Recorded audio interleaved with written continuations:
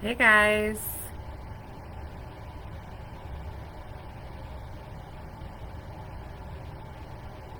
I'm going to give everybody a chance to join. This is our regularly scheduled program, Sundays at 3:30. I know Melissa's not here.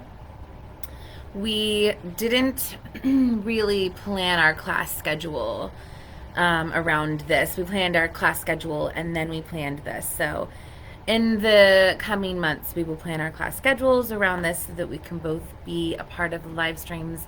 This week, you have just me again, but I will do my best to be enough for you.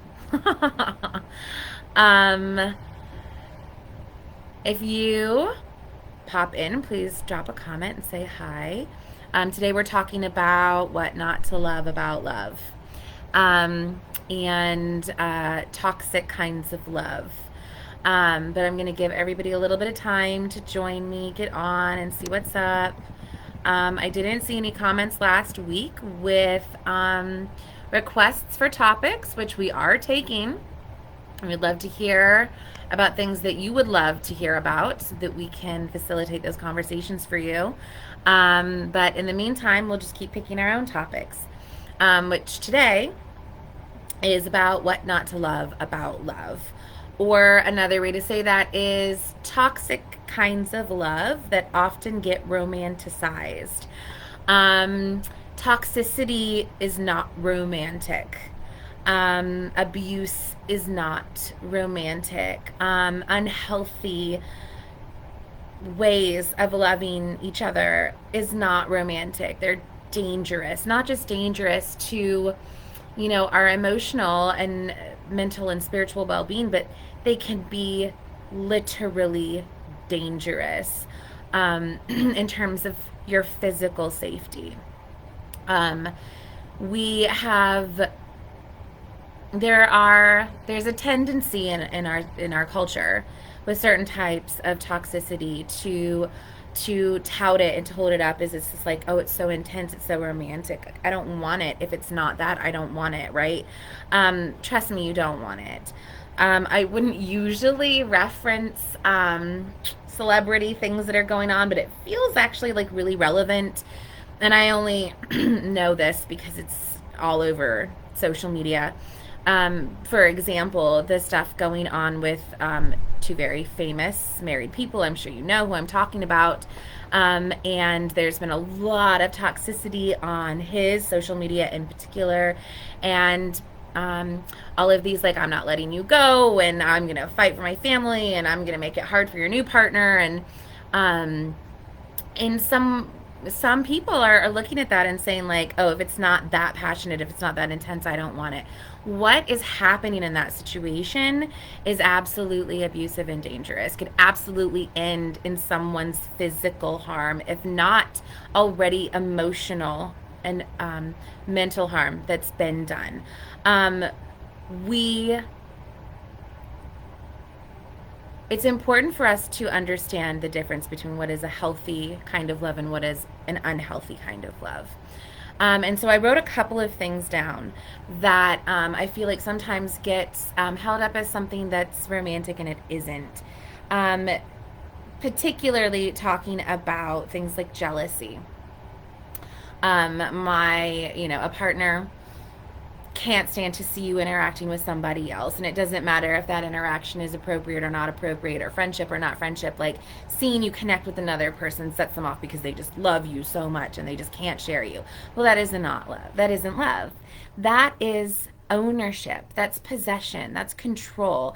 That is saying that this person is only allowed to have beautiful encounters, interactions, moments with me.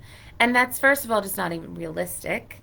And secondly, limiting. You are limiting your partner's capacity for joy, for relationships, for connections, for enjoyment in their world. We have to interact with other people all of the time. It's part of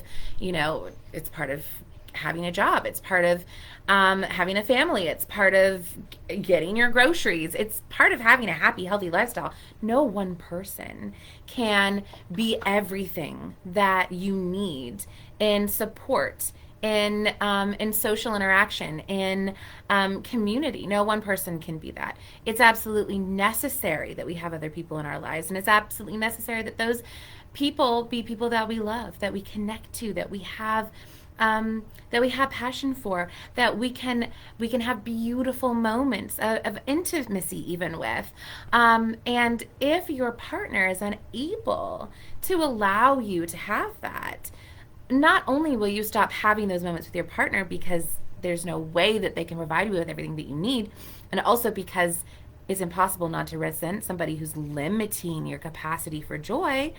Not only will you not stop having those kinds of interactions with your partner, but it won't happen at all because you'll be constantly trying to keep your partner happy by limiting your capacity for healthy relationships with other people. Jealousy is not romantic, it's toxic. And it doesn't just impact your relationship with others, it impacts your relationship with your partner as well. If you have a jealous partner who has jealousy issues, they need to resolve that. Their jealousy is not your problem, it is their problem. And if your partner is unable or unwilling to address those issues, then this may not be a viable relationship. That's something that we don't want to think about, right? Some of the other things that I wrote down, you know, so abuse is something that I think on a physical level, in a physical way, we can all recognize what physical abuse looks like. But I think a lot of people struggle to understand some more subtle types of abuse, like emotional abuse, verbal abuse, and oftentimes, we will romanticize that, like, oh, they just love me so much, they just get so angry, I just mean so much to them that they just get so upset and they can't help it. Again, that is a false narrative. That's not a truth that you want to hold on to. That's not a hill that you want to die on.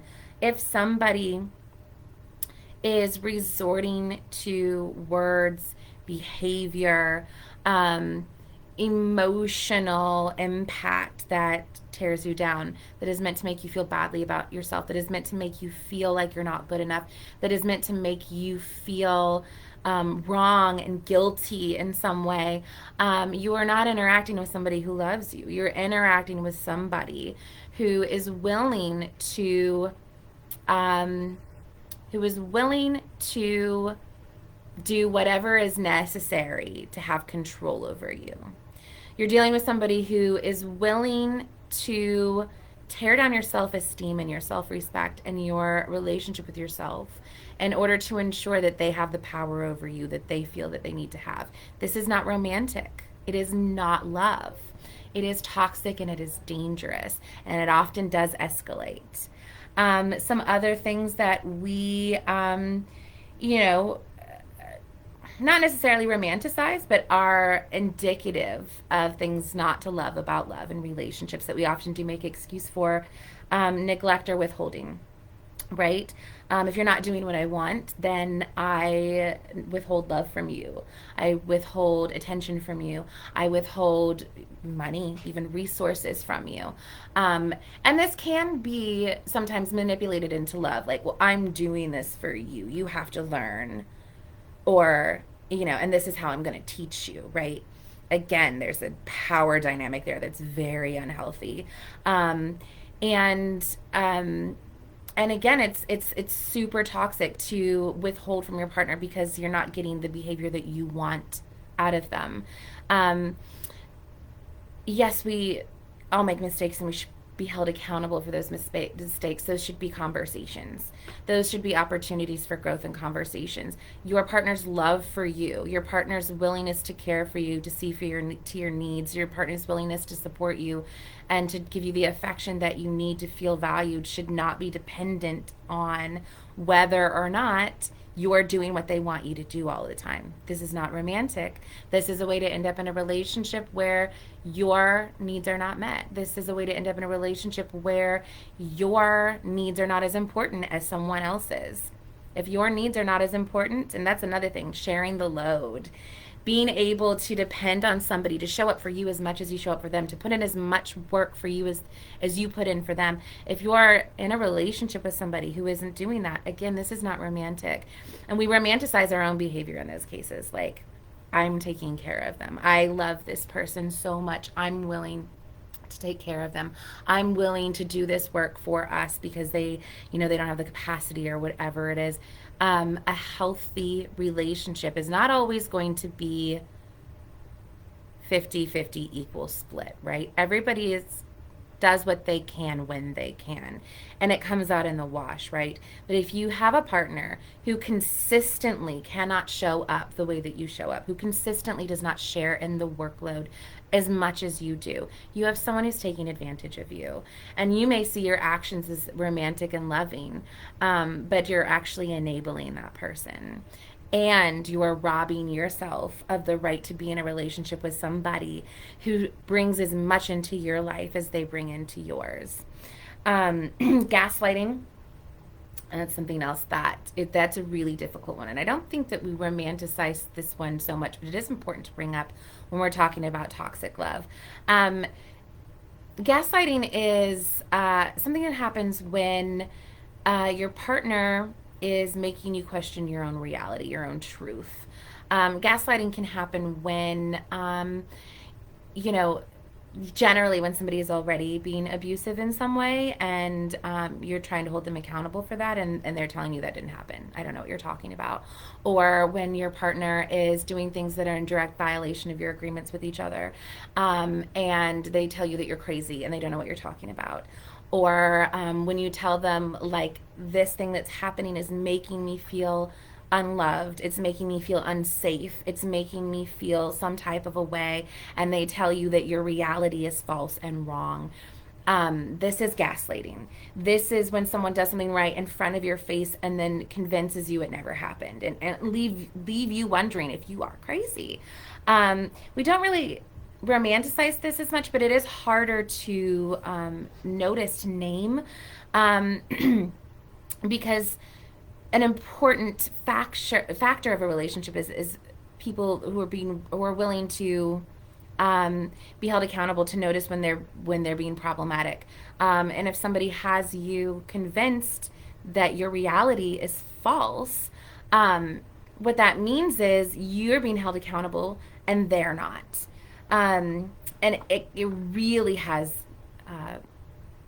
impacts on mental health that are really hard to recover from. Lying and manipulation.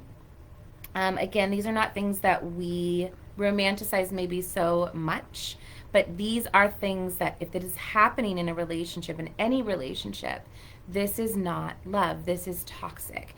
If somebody is misrepresenting the truth to get something that they want from you, if somebody is, knows exactly how to make you feel guilty enough to drop your needs, to drop your sort of like bottom line things that you need in a relationship in order to make you feel guilty or bad or whatever the case is, manipulate the situation so that they're getting what they need and you are satisfied with whatever scraps you're getting. This is not a healthy relationship. And look, I'm not saying that anytime this happens, the very first thing that you do is you end the relationship, you terminate the relationship. That's not what I'm saying. What I'm saying is we often either romanticize these things or sweep them under the rug, and pretend they're not happening, or choose not to address them, or just say, well, this person loves me, so it's okay, no one's perfect. What I am saying is that if you notice that any of these things are happening, abuse, jealousy, neglect, withholding, gaslighting, lying, manipulating, control issues, not sharing the workload, violating your agreements, making you feel used. If you are noticing that this is happening in your relationship, absolutely a conversation has to take place. And that person's willingness to accept responsibility for their actions, their willingness to adjust, because some of these things are non-negotiable, right? Certain types of abuse, certain kinds of agreement violations, that's sort of a deal breaker right now. Some of these things, like manipulating in some cases, could be learned behaviors that maybe they're not aware of yet. But what's important is that person have a willingness to accept responsibility and to do better so that you are that your needs are being met, so that this is a healthy relationship for you as well. And while I'm not saying that this has to be an immediate, these issues have to be immediate termination of the relationship, what I am saying is that if the other person does not have a willingness to accept their responsibility and to do something about it, then this is toxic love. This is not love that is good for you. It is not love that should be in your life, okay? And that leads us to our next topic, which is next month, which is about breaking ties, cutting cords when that is what needs to happen. And we'll discuss this next week because we want to give you all a moment to stop and ask yourself, are any of these issues in my relationships? Are any of these issues happening in my relationship? How can I address them? And then next week we'll come and talk about, well, what do you do when you realize that you do have to terminate the relationship? What do I do when I realize that this is toxic love and that the capacity for it to change doesn't exist, or the willingness for it to change doesn't exist? Then what do I do? Now how do I handle it? We'll talk about that next week, and Melissa and I will both be here to discuss that with you.